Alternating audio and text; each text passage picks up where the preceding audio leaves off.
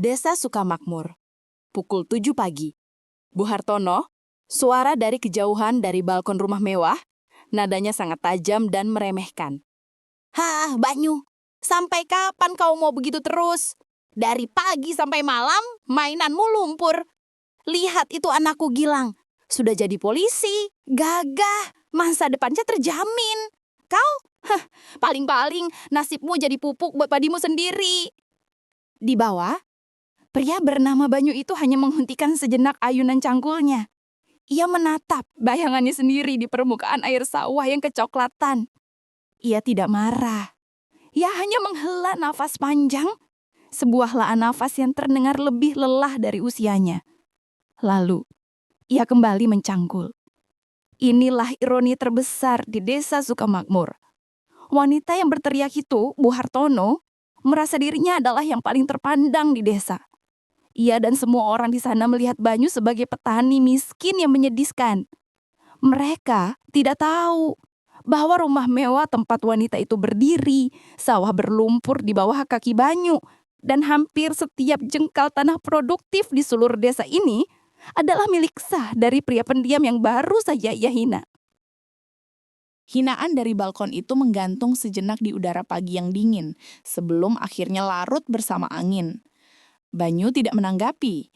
Ia menyelesaikan pekerjaannya di petak itu. Setiap gerakannya tetap tenang dan terukur, seolah tak ada satupun kata yang berhasil menembus perisai keheningannya. Selesai di sana, ia tidak melanjutkan ke petak berikutnya.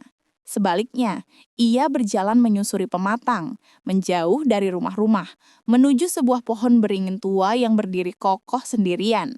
Di bawah akarnya yang gagah, tersembunyi sebuah gundukan kecil yang ditandai batu kali pipih, sebuah nisan tanpa nama. Banyu berjongkok, tangannya yang kapalan membersihkan beberapa daun kering yang jatuh di atas batu itu. Disinilah alasan dari semua kesabarannya terkubur. 20 tahun lalu, di tanah inilah keluarganya diusir. Ayahnya, seorang petani kecil yang jujur terjerat utang pada rentenir licik yang ingin menguasai tanah desa. Rumah mereka dirampas, kehormatan mereka diinjak-injak. Sang ayah tak kuasa menanggung beban itu dan meninggal dalam kemiskinan dan kesedihan. Banyu, yang saat itu masih anak-anak, bersumpah di atas makam ayahnya. Baka, Banyu tidak akan pernah membalas hinaan dengan hinaan. Banyu akan mengambil kembali semua milik kita. Bukan dengan amarah, tapi dengan kerja keras. Banyu akan menjadi perisai bagi desa ini, agar tak ada lagi yang merasakan sakit seperti Bapak. Keheningannya bukanlah kelemahan, itu adalah kekuatannya. Itu adalah zirah yang ia kenakan setiap hari untuk melindungi misi rahasianya. Sementara Banyu menguatkan kembali sumpahnya dalam diam, di gerbang desa sebuah kehidupan baru saja tiba. Sebuah mobil travel berhenti dan turunlah seorang gadis yang senyumnya secerah mentari pagi. Dia adalah Seruni Prameswari, putri tunggal Pak Lurah. Nduk Seruni, ya ampun, sudah pulang. Tambah cantik saja kamu setelah jadi orang kota. Ah, Ibu Rakni bisa saja.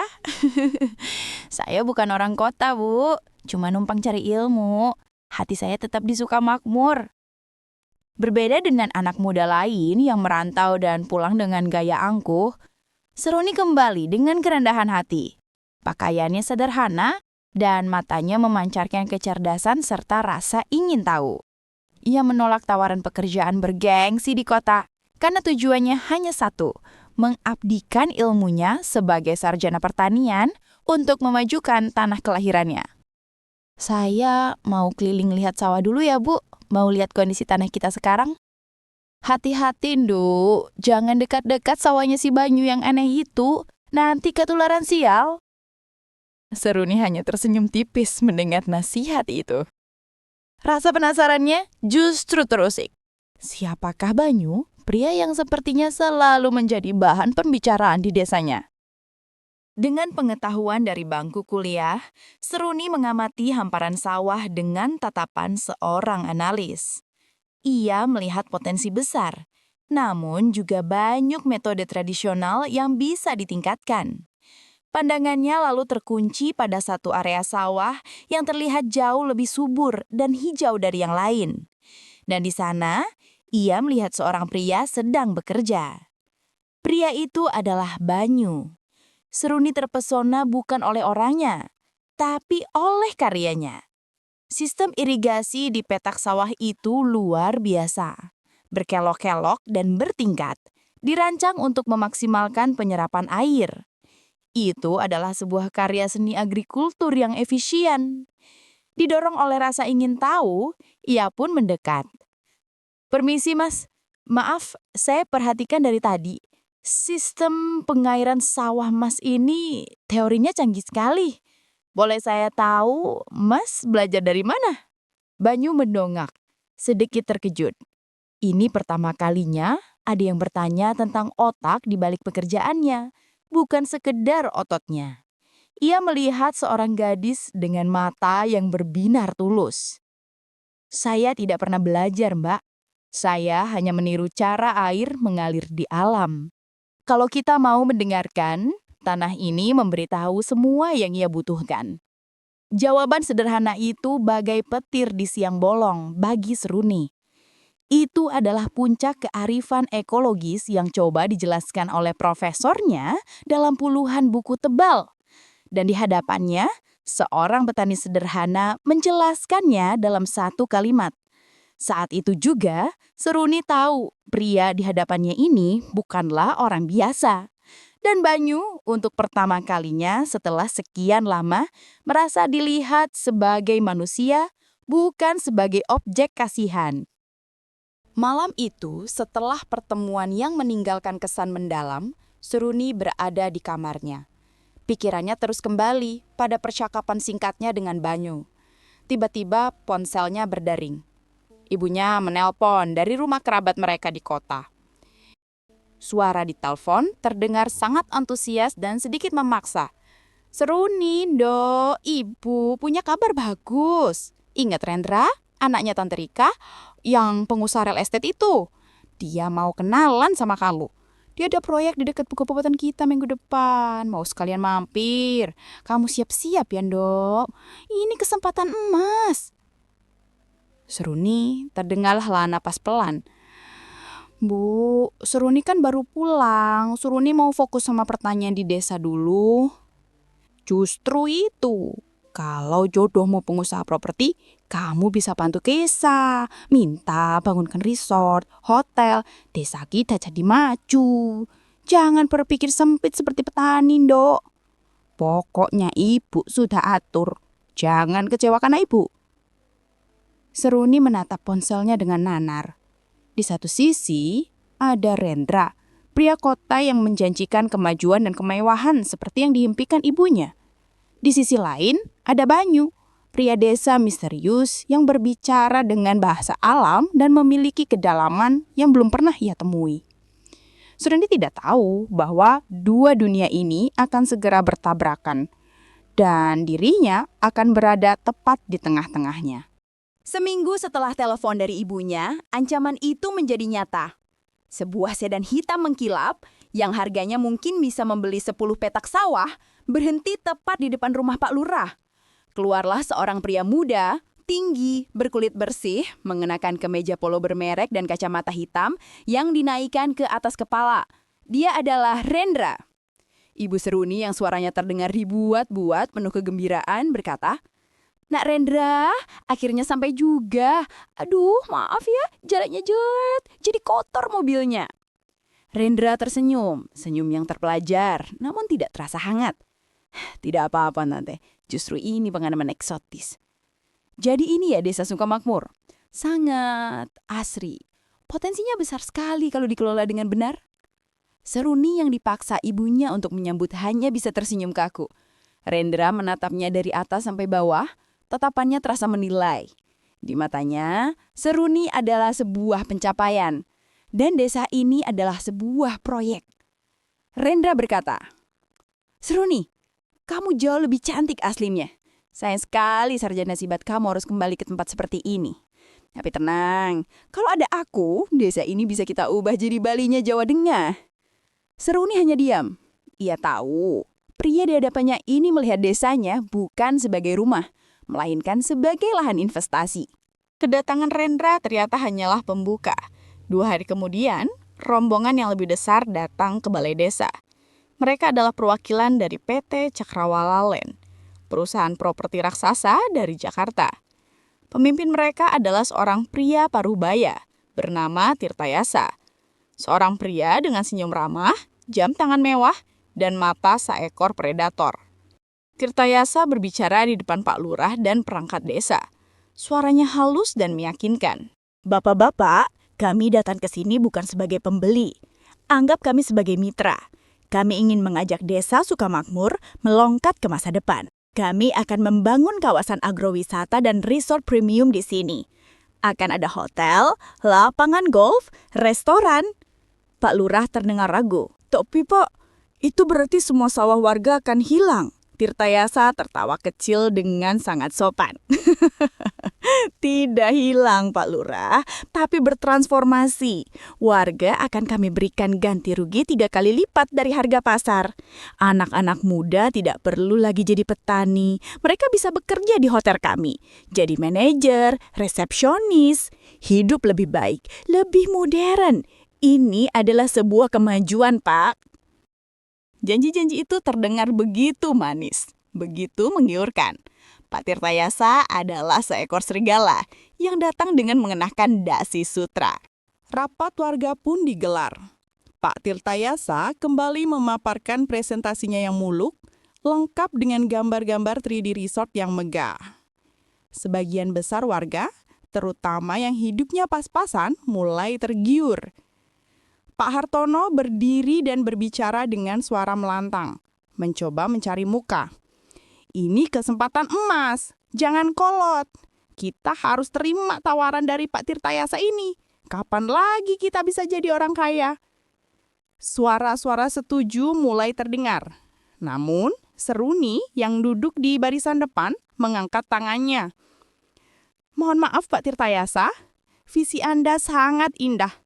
Tapi saya ingin bertanya, di mana dokumen analisis mengenai dampak lingkungan atau AMDAL-nya? Dan bagaimana dengan studi kelayakan sosial untuk memastikan warga tidak hanya menjadi penonton di tanah mereka sendiri? Seketika balai desa menjadi hening. Senyum di wajah Pak Tirtayasa sedikit menegang. Di sudut paling belakang, Banyu yang tak hari tadi hanya diam bersandar di dinding, menatap Seruni dengan kilat kekaguman di matanya. Akhirnya, ada yang berani bertanya hal yang benar. Janji manis dari PT Cakrawala Land berhasil membelah desa. Kini ada 2 kubu. Kubu yang ingin menjual dan pindah ke kota, dipimpin oleh Pak Hartono, dan kubu yang ingin bertahan, dipimpin oleh Pak Lurah dan didukung oleh argumen logis Seruni. Pihak perusahaan yang melihat Seruni sebagai penghalang utama mulai bermain kotor. Mereka menggunakan keluarga Hartono sebagai penyebar isu. Shh, saya dengar si Seruni itu menolak bukan karena pinter, tapi karena dia sudah dihasut sama si Banyu. Katanya si Banyu itu mau jadi pahlawan supaya bisa menawar harga tanahnya sendiri nanti ke perusahaan. Licik dia itu. Fitnah itu mulai menyebar dari mulut ke mulut seperti api kering. Warga yang tadinya kagum pada Seruni mulai ragu.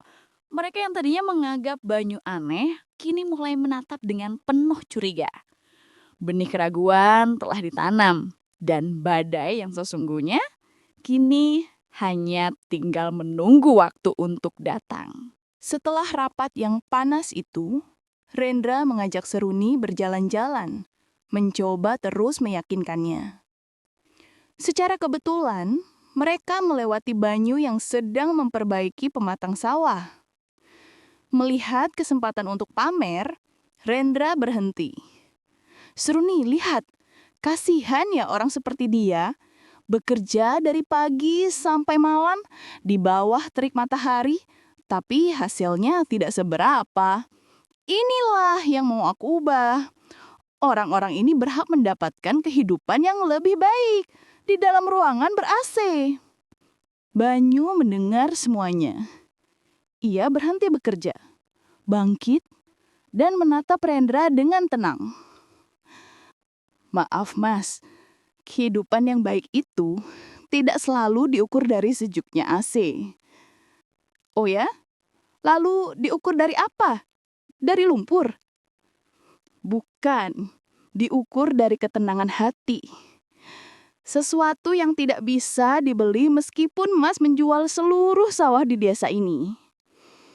Rendra terdiam. Kata-kata sederhana itu menamparnya telak. Seruni yang berdiri di antara mereka menatap Banyu dengan pandangan yang semakin dalam.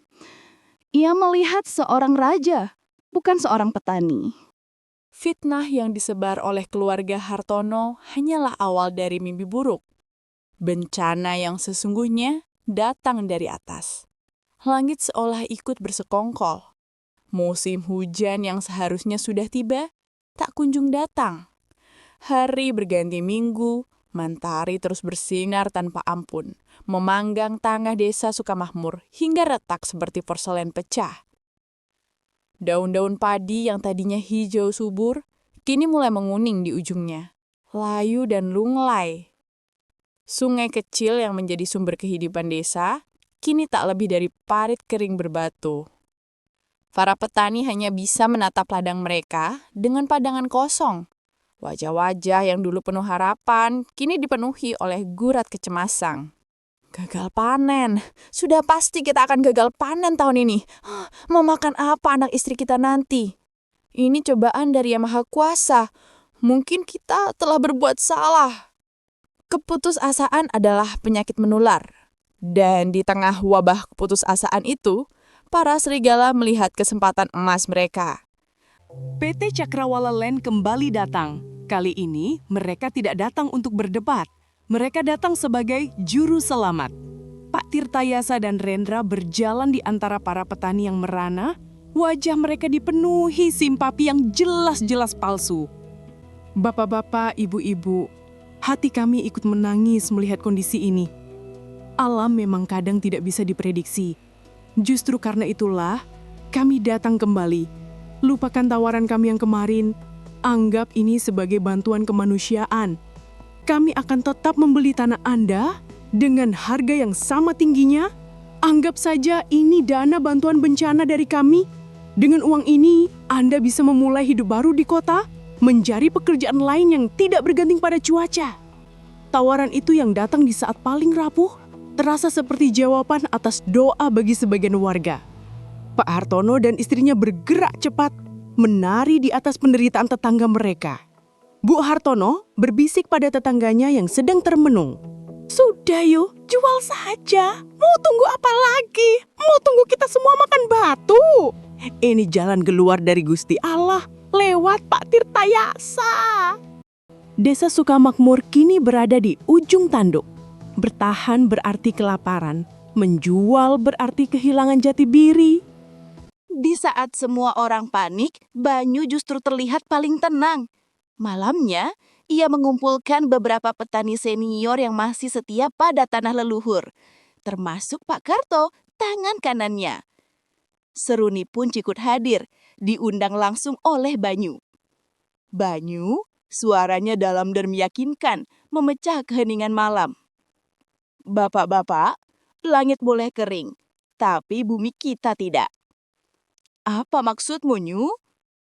Kakek saya pernah bercerita, di balik Bukit Cadas itu ada sebuah mata air abadi yang tersembunyi. Nenek moyang kita dulu menggunakannya saat kemarau panjang seperti ini. Jalurnya sudah tertutup longsor puluhan tahun lalu. Tapi saya yakin sumbernya masih ada. Para petani tua saling berpandangan ragu. Itu terdengar seperti dongeng. Tapi Seruni, matanya langsung berbinar. Mas Banyu benar, secara geologis, formasi batuan di Bukit Cadas itu adalah batuan beku yang bersifat impermeable. Sangat memungkinkan ada kantong air tanah atau akuifer yang terperangkap di dalamnya. Jika kita bisa menemukan dan membuka jalurnya, kita bisa membuat saluran irigasi darurat. Dukun ilmiah dari Seruni memberikan harapan baru. Malam itu, di tengah keputusasaan, sebuah rencana gila namun penuh harapan lahir.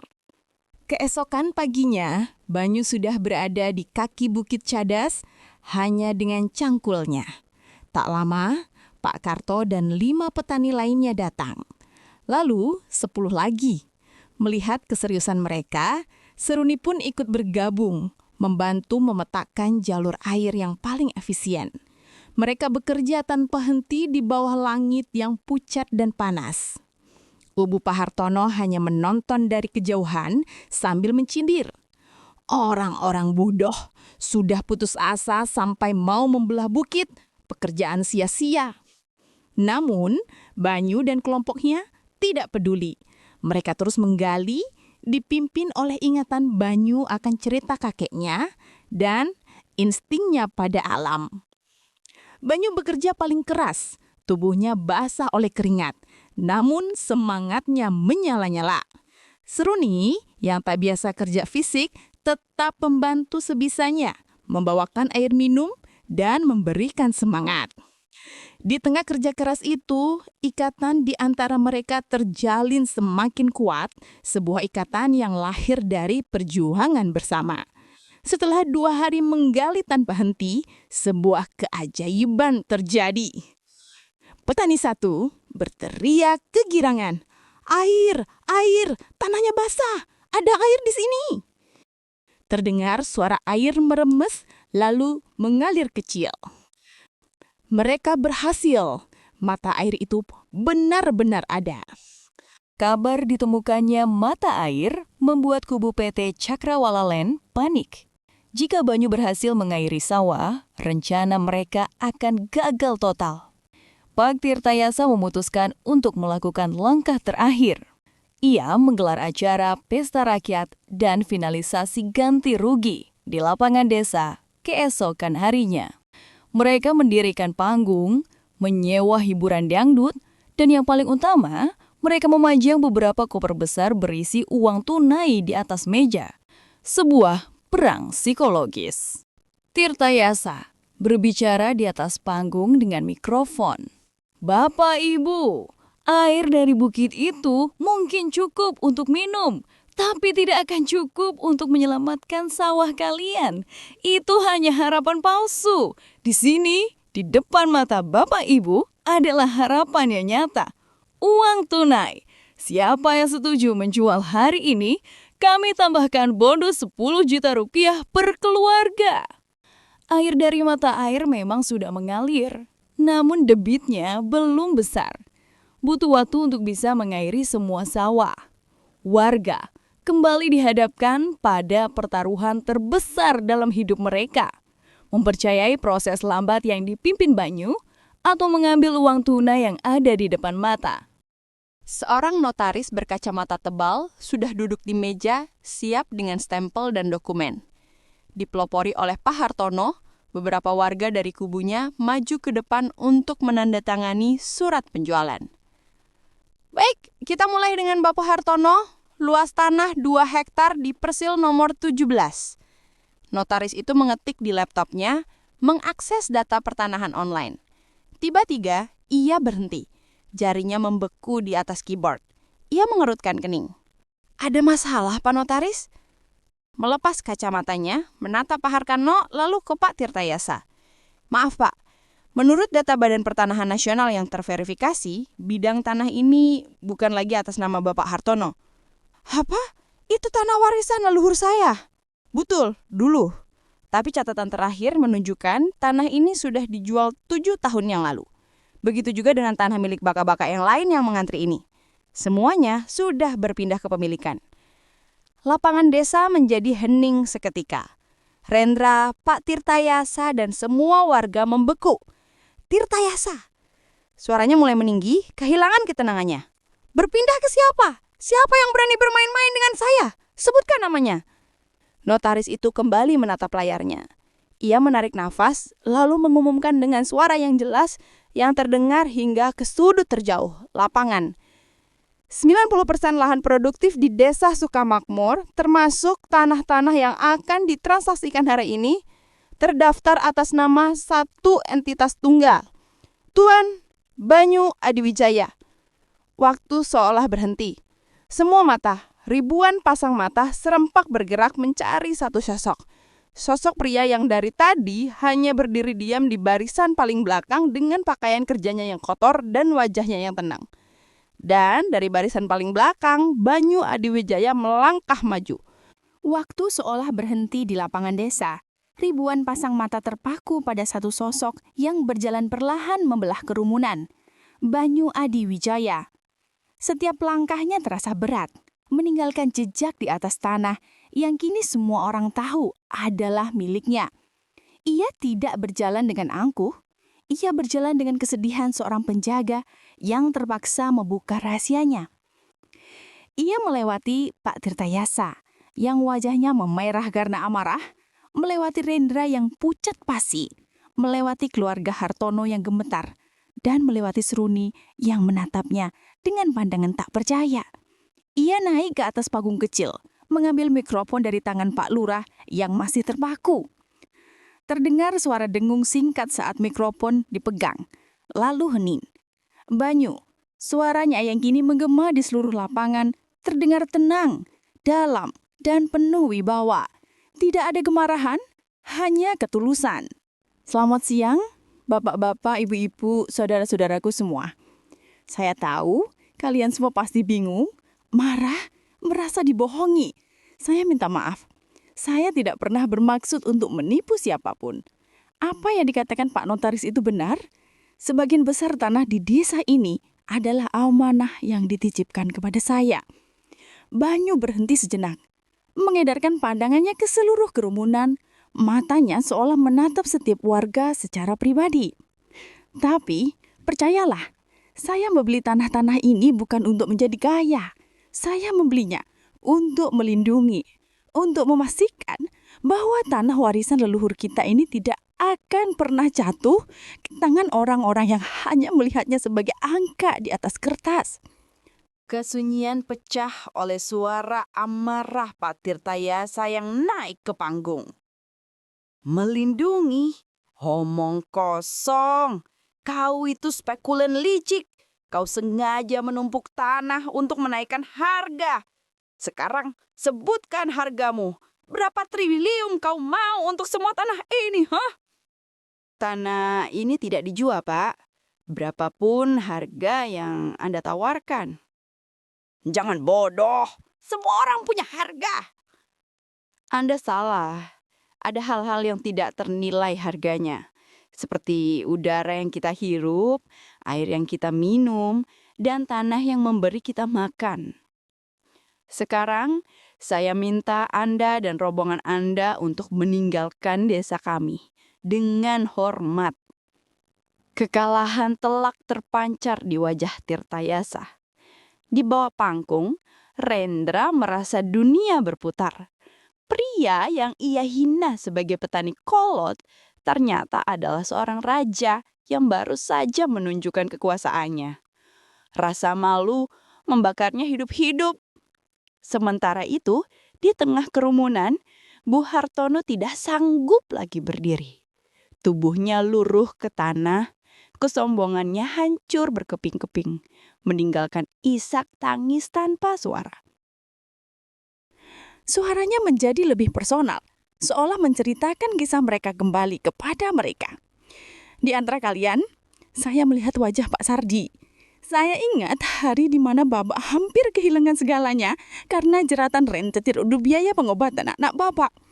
Saya juga melihat wajah Bu Mina yang dengan berat hati harus menjual lahannya agar putrinya bisa meraih cita-cita menjadi sarjana di kota.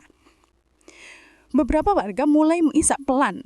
Mereka yang pernah ditolong oleh Banyu di masa lalu kini menatapnya dengan air mata syukur.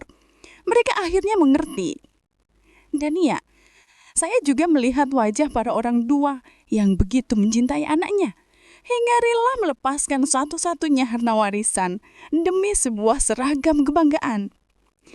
Kalimat terakhir itu, meskipun diucapkan dengan lembut, terasa seperti sebuah tamparan keras bagi keluarga Hartono. Dan bagi seluruh desa, kini semuanya menjadi jelas. Banyu bukanlah seorang spekulan.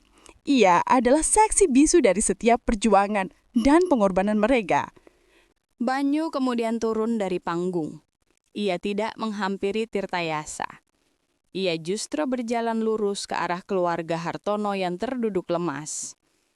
Pak Hartono menatapnya dengan pandangan bakut. Banyu berjongkok di depan mereka. Suaranya kini melunak tanpa nada menghakimi.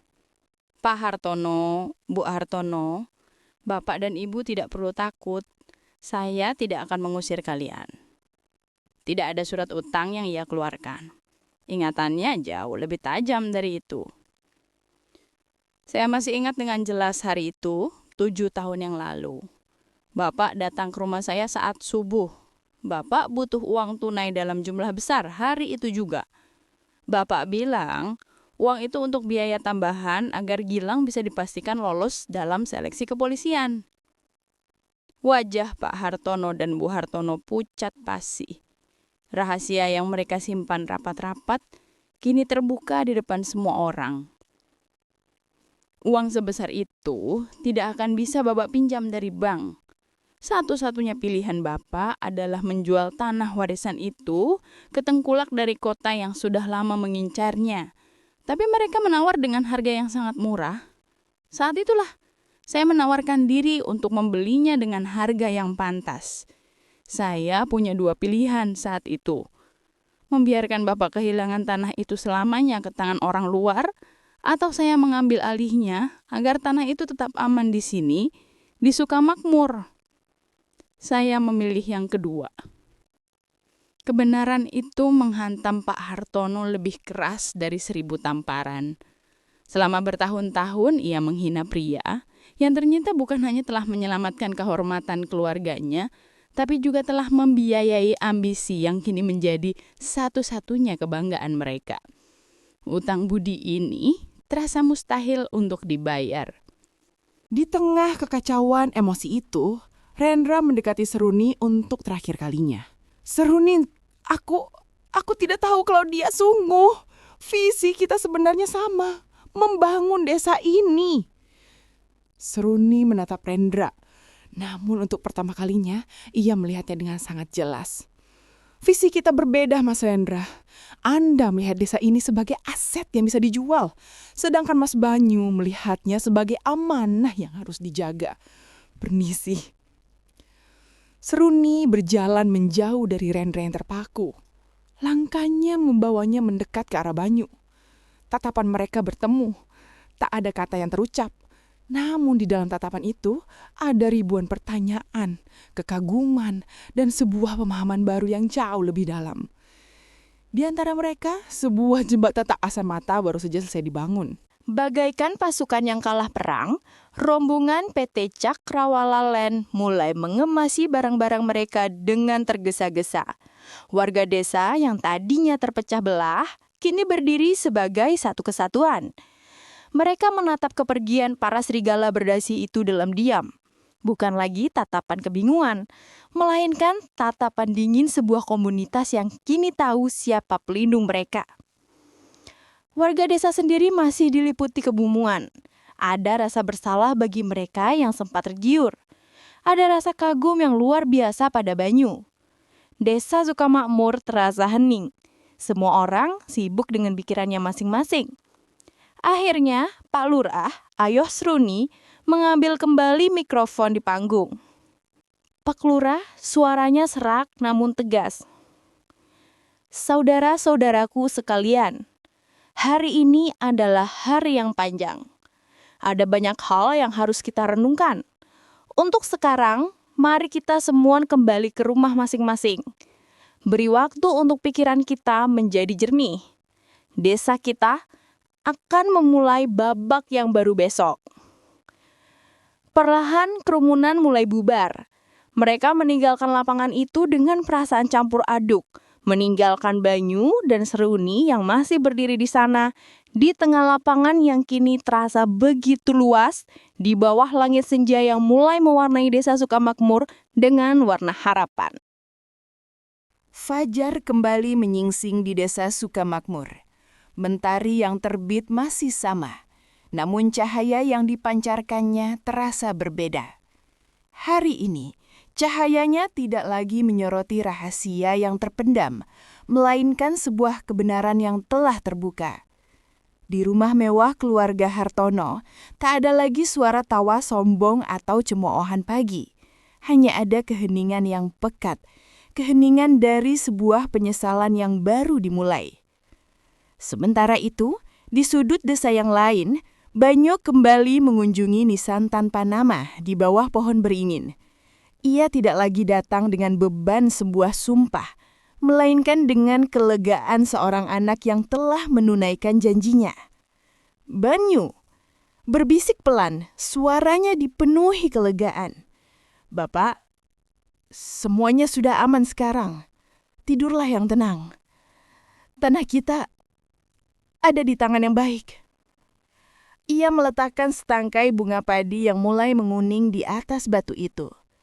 Untuk pertama kalinya setelah 20 tahun, bebannya terasa terangkat. Ia bukan lagi hanya seorang penjaga rahasia. Ia kini adalah seorang pembangun masa depan. Di siang harinya, saat Banyu sedang bekerja di sawah, sebuah kebiasaan yang tak akan pernah ia tinggalkan, dua sosok mendekat dengan langkah ragu. Mereka adalah Pak Hartono dan Gilang anaknya. Mereka tidak lagi mengenakan pakaian terbaiknya, hanya kemeja biasa yang dimasukkan rapi. Mereka berhenti di hadapan Banyu, menundukkan kepala. Pak Hartono, pria yang dulu selalu memandang rendah dari balkonnya, kini harus mendongak menatap Banyu dari tanah berlumpur. Pak Hartono suaranya bergetar dan parau, penuh penyesalan. Banyu, kami datang untuk minta maaf. Tidak ada kata yang cukup untuk menebus semua hinaan dan kesombongan kami selama ini. Terutama tentang uang itu. Uang untuk Gilang. Kami malu, Nyu. Gilang menambahkan dengan tulus dan tegas. Atas nama keluarga, saya minta maaf yang sebesar-besarnya, Mas Banyu. Kebanggaan yang saya kenakan ini ternyata lahir dari kebaikan hati Mas Banyu yang kami balas dengan keburukan.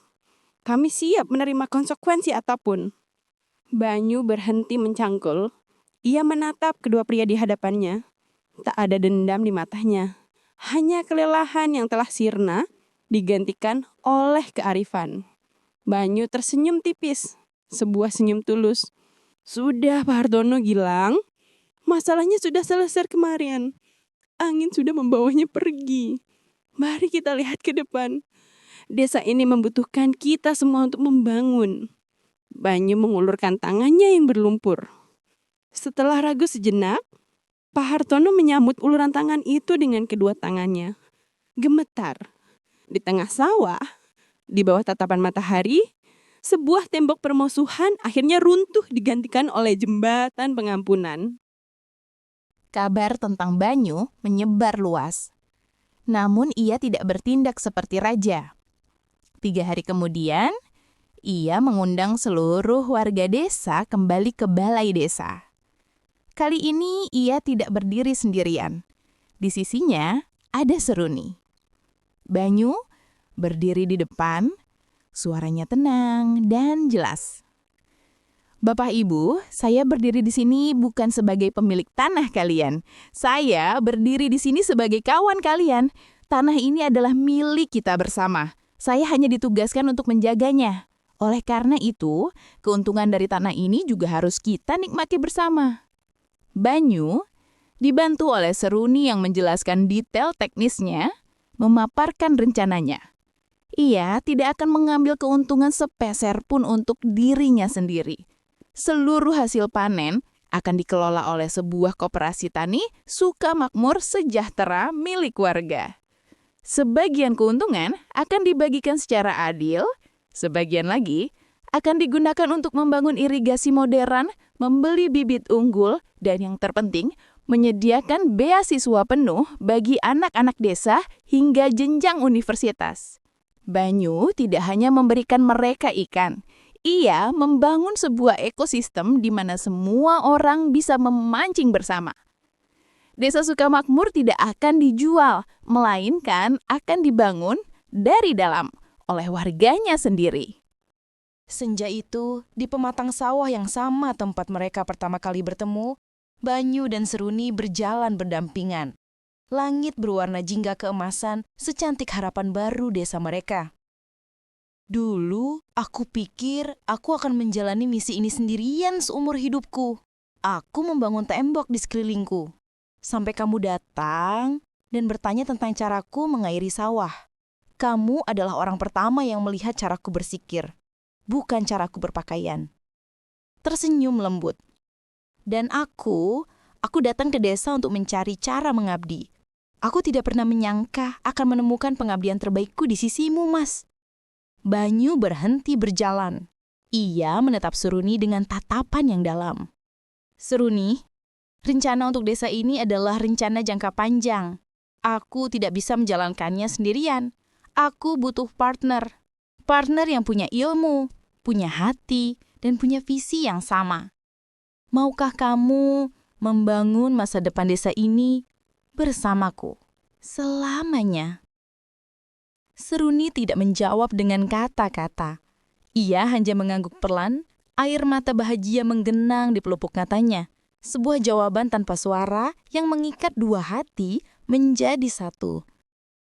1 tahun berlalu, Desa Sukamakmur telah bertransformasi. Saluran irigasi modern yang dirancang Seruni mengairi sawah-sawah yang kini menghijau lebih subur dari sebelumnya. Di depan gapura desa berdiri sebuah papan nama besar, Koperasi Tani Sukamakmur Sejahtera. Anak-anak desa kini bersekolah dengan seragam baru yang rapi, bercerita tentang cita-cita mereka menjadi insinyur, dokter, dan guru. Di tengah keramaian itu, Banyu dan Seruni berdiri berdampingan, menatap hamparan padi yang menguning keemasan seperti lautan permata. Tangan mereka bertautan erat. Kisah mereka telah mengajarkan pada seluruh desa sebuah pelajaran berharga, bahwa kekayaan sejati tidak diukur dari luasnya tanah yang kau miliki, melainkan dari luasnya hati untuk berbagi. Bukan tentang seberapa tinggi posisimu, tapi tentang seberapa besar manfaatmu bagi sesama. Inilah kisah sang tuan tanah berbaju petani.